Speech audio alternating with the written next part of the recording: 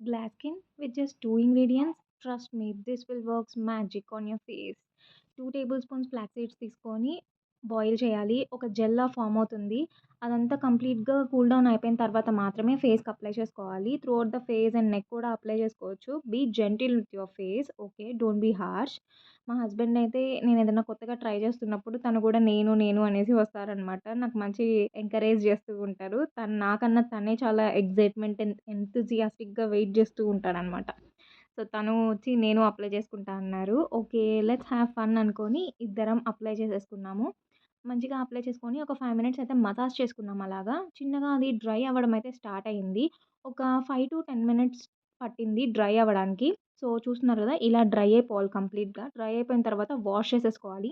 Wash చేసుకున్న తర్వాత అయితే గైస్ లిటరల్లీ నాకు చాలా సాఫ్ట్ అనిపించింది ఫేస్ అయితే. నాకు చాలా డిఫరెన్స్ అండ్ రిఫ్రెషింగ్‌గా అయితే ఉంది.